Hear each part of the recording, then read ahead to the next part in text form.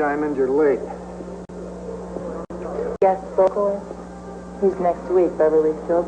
How come you guys are the only ones with your picture on the poster? Michelle Pfeiffer changes the lives of Jeff and Bo Bridges when she joins their musical called The Fabulous Baker Boys. And that's the title of one of the new movies we'll be reviewing this week on Siskel&Ebert, along with a tribute to the late, great Bette Davis, and also Woody Allen's new film. I'm Gene Siskel of the Chicago Tribune. And I'm Roger Ebert of the Chicago Sun-Times. Our first movie is called The Fabulous Baker Boys, and this is a movie that takes complete advantage of star chemistry. The Baker Boys in the title are two brothers, entertainers, who have been working the cocktail lounge circuit for years playing twin pianos, and they are played in the movie by two real-life brothers, Jeff and Bo Bridges. You can sense the tension and competitiveness between them in this early scene where they get ready to go on stage. Be the envy of all your friends with miracle hair. This is paint, Frank. It's not paint. It's a magical sheath which simulates a dazzling head of hair. Frank, this is paint. Just help me put it on, okay? You're supposed to spray in a circular motion. Their act is going nowhere, and so in desperation they decide to add a girl singer to the brother team. I want to love you, feel you, wrap myself around you. I'm so in love, it's absolute control. I like it, I like it, I like it, I love it. The singer with the best audition is a high-priced hooker named Susie Diamond who wants to become a low-priced lounge act. She's played by Michelle Pfeiffer. Do you have any previous experience as a singer, Miss Diamond? No. Any entertainment experience at all? Well, for the last couple of years, I've been on call for the AAA escort service. You can guess the next step. Jeff Bridges falls in love with her. Listen, you're not going soft on me, are you? I mean, you're not going to start dreaming about me waking up all sweaty and looking at me like I'm some kind of princess in my fur. If the brothers have chemistry with each other, Pfeiffer has a chemistry all her own. This is the most memorable scene in the movie. And baby, he's so ambitious, even so. Don't forget, for that's what you get for.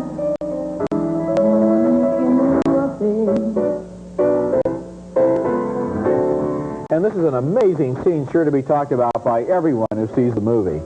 Pfeiffer has an okay singing voice, but what she really has in this scene is an amazing ability to act a song. I was reminded of Rita Hayworth in Gilda or Marilyn Monroe in Some Like It Hot. And those comparisons with older movies are sort of appropriate here, I think, because The Fabulous Baker Boys tells kind of an old-fashioned showbiz story about the sexy singer who comes in between the two veteran musicians. What makes the movie so entertaining isn't its originality, but the confidence and charm and humor and believability that all three stars bring to it. There was never a moment when I didn't care about them. I think there is some, I think it's a terrific picture too, and I think there's some originality in it, and that's what got me, and that was that the picture wasn't played as a comedy, a romantic comedy, because I would have thought in this day and age where comedy is sort of king, they would have thought the script, we'll get the two brothers to play brothers, and we'll have the girl come in there, and it'll be fun, and there'll be a big happy ending, and everyone will be wonderful. And this picture is a little darker than that. There is a real rivalry between the two brothers. They're allowed to feel in this script bitter toward each other and jealous and all that. And when she comes in there, it's not a cute playing one off of another thing.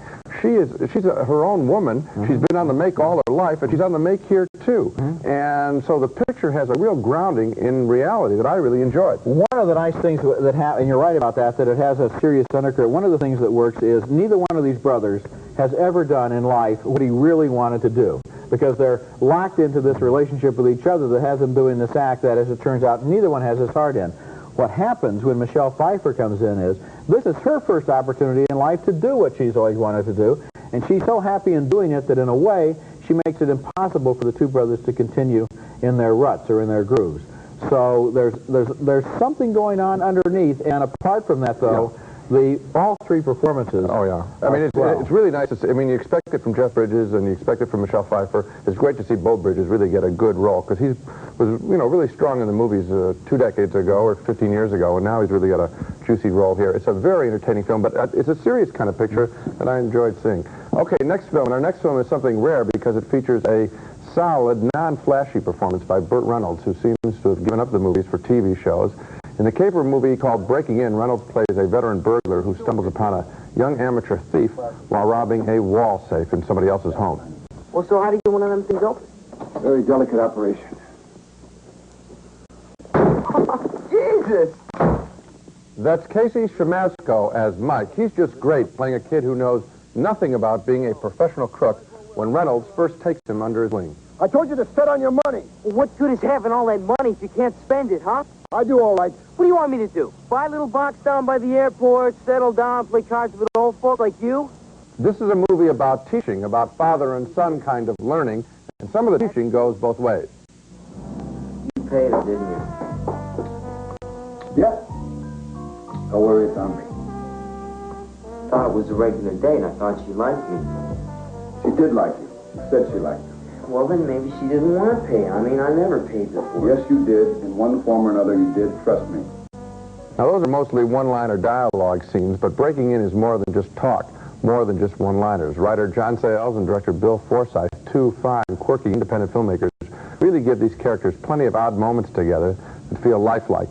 It's hard to predict where this story is going to take us. And add to that the fresh appeal of Casey Siemaszko and a revived Burt Reynolds staying in character, and Breaking In is welcome indeed. It is a good movie, and it was refreshing to see Burt Reynolds again at the top of his form. Burt Reynolds in character, is an actor who can play very convincingly in not only in light comedy roles, but also in this role, which has a little heart to it and a little deeper characterization too. Yeah, I thought of the Robert Aldrich film The Hustle, which I liked him in so much years ago, where he was in a character and there was none of the references to contemporary life. Right. Somehow he got sidetracked somehow into those dumb car crash movies, and then he started playing himself as if every role he was just a guest on a talk show. Right. Here he's acting again, and it's very refreshing, and he has Bill Forsyth, who is able to find these offbeat moments, these little moments that reveal character, so that it's not just a caper movie about, really it's a relationship movie. Absolutely. It's about how the young thief and the old thief learn the trade or don't learn the trade together and also learn about each other. It's a fun movie. You know, Reynolds is going to get a lot of the talk because, of course, it's sort of a comeback thing for him, but this Casey Siemaszko is really very special. I mean, you could play that role as sort of the puppy and constantly defer to the older fellow. He, in his own right, is fascinating to watch. He's been around quite a while without getting a lot of attention. He was in Gardens of Stone, the Coppola picture. Very good. Yeah. When we come back, Woody Allen's new movie is called Crimes and Misdemeanors. It asks the question, can a respectable physician get away with murder and not be haunted by his conscience? It's a human life. You don't think God sees?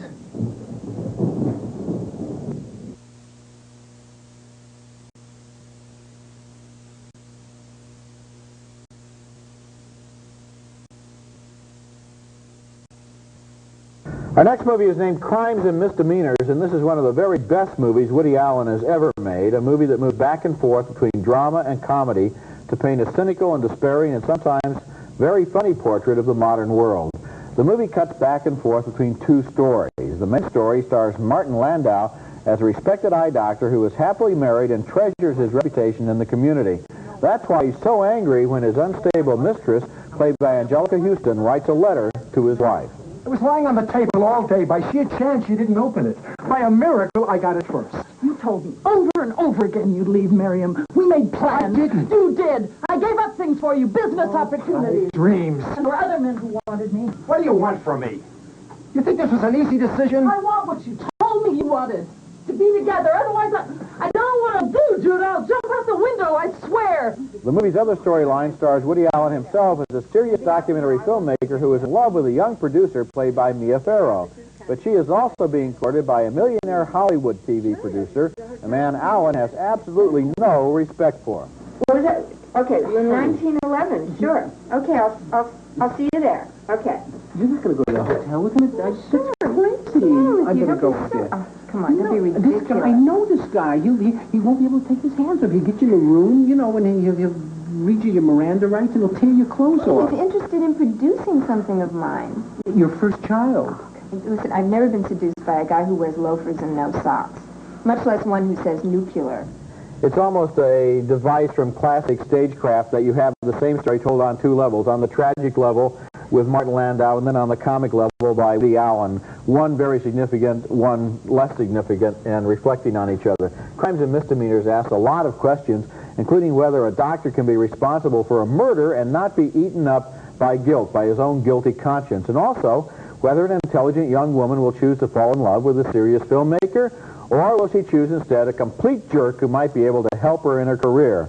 Allen's answers are so consistently pessimistic that they end up being funny in a dark sort of way, and this is the first movie I can remember where virtue is punished and evil doing is rewarded, a rare movie that considers serious questions and yet plays like a thriller. Well, the whole issue is that this is the essence of the 80s we're seeing. I mean, where can you do something for my career? Can I get away with it? Is the name of the game. And the picture is so unremitting, and we're waiting for it to flip the other way, particularly with the Martin Landau story, that I sat there with sort of my jaw open. I mean, I just, suppose my mouth was open and my jaw was lower. But, you know, I mean, it's just terrific, because he doesn't cave in to anything. He just lays it out, and he's probably right. That's what you sit. Yes. You sit there and you just, you know, you're shocked, and then you nod, and then you feel kind of sad. You're right. It's a movie of the 80s. It took till 1989 to make it. That's so much of our movies and our television and our fiction tends to support these pious platitudes about how you can't live with a guilty conscience. You can't do something that you wouldn't like to see yourself doing. You wouldn't like to think of yourself as a murderer or a thief. And the fact is, you open up the paper every day, and it's filled with people who were very happy to see themselves as murderers and thieves and white-collar embezzlers, just as long as they didn't get caught. The other thing is that there's a whole mood in Hollywood pictures to teach us the way to behave through showing us right-thinking people. I mean, that's the standard way. You know, Gandhi, that kind of attitude. And here's a picture that comes along and shows us possibly the way to behave by showing us the way people do behave, and it isn't good. You know, and it's much more, to me, it's a much more interesting approach. Woody Allen was, it was suggested to Woody Allen that this movie was pessimistic or cynical. And his answer was, he said, I would rather describe it as realistic. Absolutely. And in a way, that may be the right word. Coming up next, and it's a lot of fun, but shocking in a way. Good movie. Coming up next, John Travolta plays Dad to Kirstie Alley's baby, with the baby's voice by Bruce Willis. A review of Look Who's Talking. Why didn't you tell me? Hey, man, you're... Genial comedy about a single parent who gives birth to a baby boy, and about the cab driver who becomes her friend and the baby's father figure. Kirstie Alley from TV's Cheers plays the expectant mother being driven to the delivery room in the cab of John Travolta. St. Jerome's Hospital. Hey,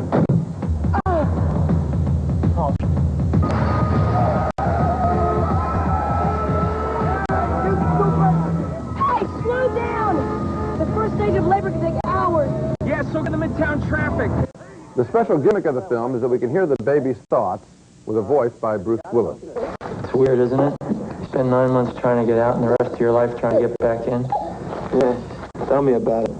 Oh, this here is your first lesson in coffee.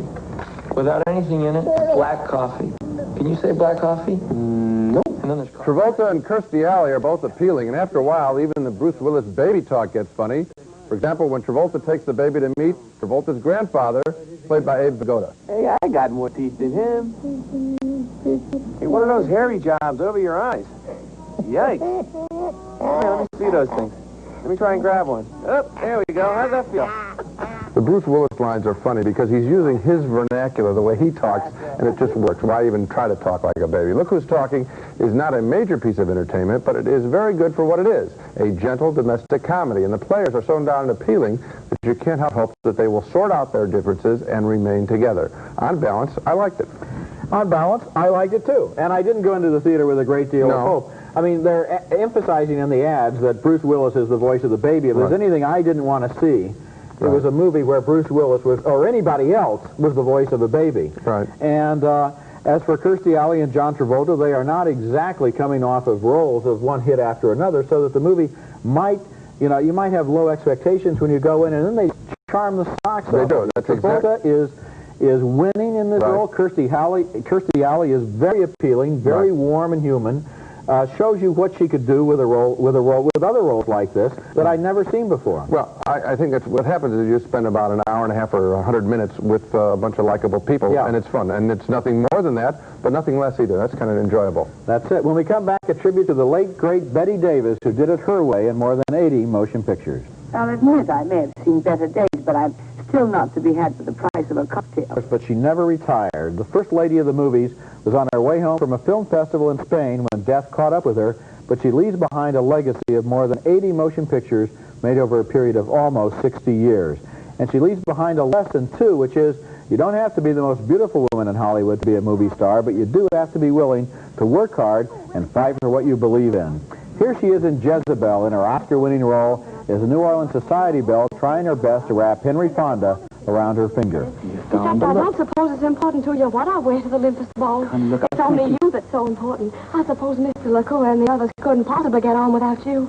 And here's Davis playing a similar scene, but on a completely different note, as a completely different kind of woman in Mr. Skeffington. I'd very much if I sit somewhere else.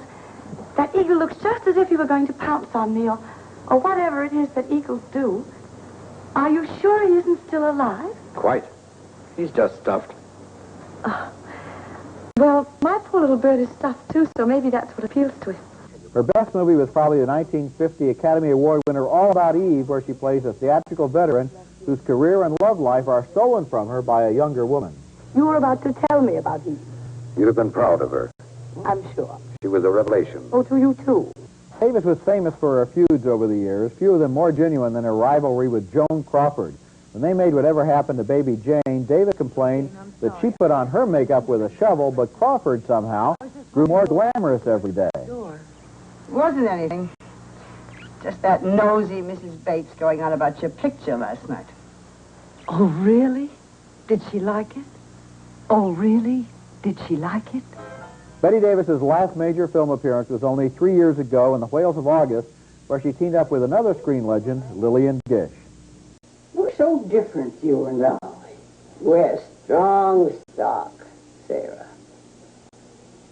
And we've precious little time left. And looking at that, we're reminded that Gish, of course, had been making movies for 15 years before Davis even started. That led to one of the great stories from that movie when the director complimented Miss Gish for giving him a great close-up. She should, Miss Davis said. She invented him. But what Miss Davis invented was an image of a woman with the courage to make her own way in the male world of Hollywood, and even at the most hard-boiled of the studios, Warner Brothers. I fought for what I got, she once said, and I don't owe nobody nothing. What's amazing is she was usually right in her fights, and the proof in the wonderful movies she left behind. She left something else behind, which I think is the significance of her career beyond her own individual work. There was a time when the woman, as customer, was the king or queen of Hollywood, when women's films were very, very important and were really the backbone of the movie industry in some way. And that is not true today. Today, kids and action pictures, basically, are the most important things that are produced by Hollywood, movies for kids. And so when Bette Davis passes, I think that a real era has passed, and you need stars of that magnitude to draw, and Helen, obviously, you need people like that to draw the attention of the people who make movies, to make them for characters like that, for actresses like that. And that's a real void that we have now. I mean, everyone points to Meryl Streep, but she doesn't work in 2 and 3 pictures a year as Davis did. And she usually doesn't play, the woman isn't the subject of the movie. When Warner Brothers was making the Bette Davis pictures, they weren't the richest studio in Hollywood. They couldn't put 6 stars in a movie. If they had 1 star in the movie, that was the star of the movie. So if it was a Bette Davis picture, the main character in the movie was played by Bette Davis, not by Humphrey Bogart or somebody else. And today, you're right, there are very few movies that are told from a woman's point of view about women. Well, that is the greatness of her career. Let's recap the movies we reviewed on this show. 2 thumbs up for the fabulous Baker Boys with Bo and Jeff Bridges teaming up with Michelle Pfeiffer in a surprisingly realistic musical drama. All 3 performances are first-rate. 2 more thumbs up for Breaking In with Burt Reynolds and Casey Siemaszko as older and younger thieves. 2 thumbs up for Woody Allen's shockingly good Crimes and Misdemeanors, a comic drama made for and about the 80s.